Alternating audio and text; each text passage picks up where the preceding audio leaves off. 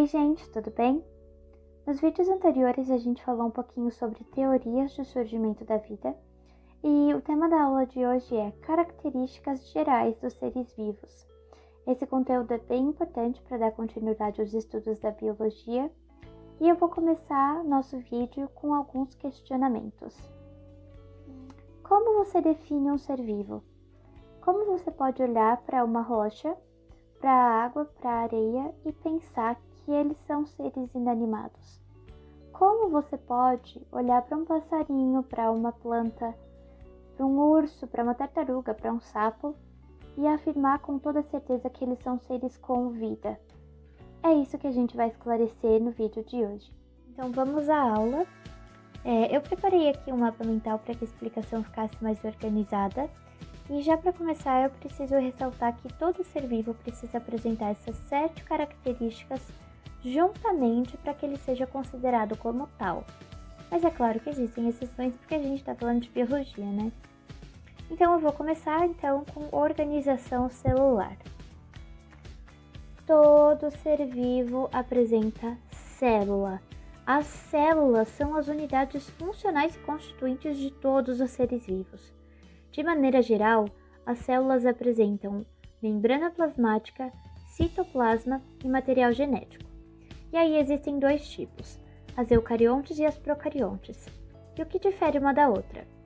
As eucariontes apresentam envoltório nuclear de forma que o material genético fique aglomerado em um único espaço da célula e também apresentam organelas membranosas. Por outro lado, as procariontes não têm envoltório nuclear nem organelas membranosas. Quanto ao número, a gente pode classificar os seres vivos como unicelulares quando tiverem apenas uma célula e como pluricelulares quando forem constituídos de mais de uma célula. E sobre o material genético que eu citei, ele é essencial para a manutenção da vida na célula, porque ele coordena todas as atividades celulares e também é responsável pela hereditariedade dos seres vivos, de forma que a espécie a qual o organismo vivo pertence possa ser perpetuada através da reprodução, que a gente vai falar daqui a pouquinho. Agora vamos seguir para o metabolismo. Todo ser vivo apresenta metabolismo e metabolismo seria o conjunto de reações químicas que acontecem no ser vivo. E aí a gente também pode dividir em 2 tipos.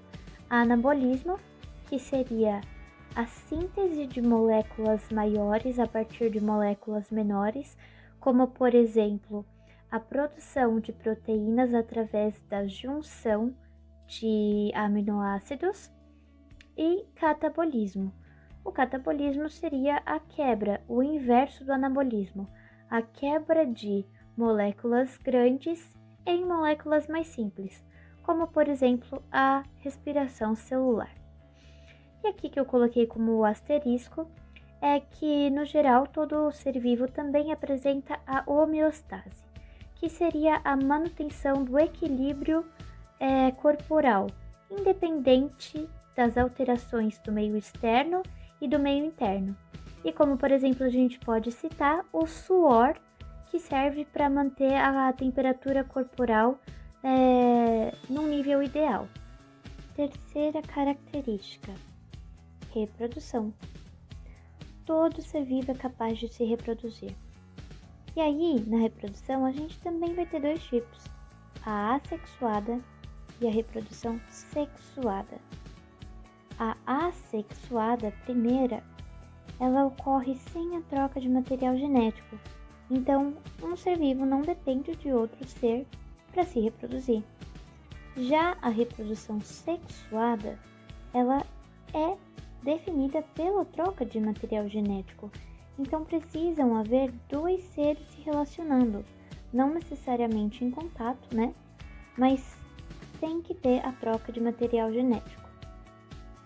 Agora a gente vai para crescimento. Essa aqui a gente pode dizer que é a parte mais fácil. E o que seria? Todo ser vivo cresce em extensão. E crescendo em extensão, ele pode ou aumentar seu volume, no caso principalmente dos unicelulares, ou multiplicar suas células pelo processo de divisão celular. E aí seria mitose ou meiose, e isso a gente vai aprender mais pra frente. E essa multiplicação, ela é predominantemente, na verdade só acontece nos seres pluricelulares. E aqui quanto ao segundo tópico, o ciclo vital. O que seria ciclo vital? No caso dos seres humanos, a gente nasce, se torna bebês, aí depois vira criança, depois pré-adolescente, adolescente, adulto e idoso. Então, o que seria o ciclo vital? Justamente isso, todo ser vivo apresenta estágios em sua vida. Agora vamos para a evolução.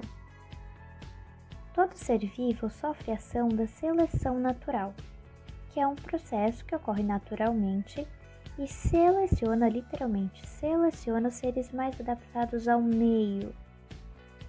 E aí assim, todo ser vivo apresenta variabilidade genética propiciada pela reprodução sexuada, quando há troca de material genético.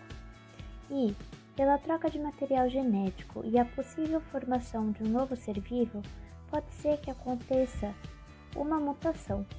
E essa mutação pode ser benéfica e fazer com que o novo ser gerado apresente vantagens em relação aos seres que habitam o mesmo ambiente que o dele. E então, ele, sendo mais adaptado, vai ser selecionado em detrimento dos outros seres. Agora, o penúltimo tópico: percepção e reação. Todo ser vivo tem a capacidade de reagir a estímulos do meio externo, perceber o que está acontecendo, se o afeta, e produzir uma resposta aos acontecimentos do meio externo. Mas a gente não pode confundir percepção e reação com consciência. Nem todo ser vivo tem consciência. E próxima característica, a última, e com certeza não menos importante, a composição química. Todo ser vivo tem uma composição orgânica e uma composição inorgânica. Na composição orgânica a gente pode citar as proteínas, os glicídios, os lipídios, os ácidos nucleicos, enfim. E na composição inorgânica a gente cita os sais minerais e a água. E aqui essas letras, que parecem aleatórias, mas não são, elas representam elementos químicos. Esses elementos químicos que eu coloquei aqui, eles compõem todos os seres vivos, eles estão presentes em todos os seres vivos. Quais são eles? O carbono, o hidrogênio, o oxigênio, o nitrogênio, o fósforo e o enxofre. Todos são importantíssimos para a sobrevivência da vida. E a gente pode decorá-los com a palavra, a sigla CHOMPS, CHOMPS ou N-CHOPS, N-CHOPS. Aí há um macetezinho para a gente decorar mais facilmente, porque na biologia tem muitos nomes e quem já estuda biologia há um tempo sabe disso. Infelizmente nossa aula chegou ao fim, mas eu espero que vocês tenham gostado e acima de tudo entendido. E até a próxima e bons estudos!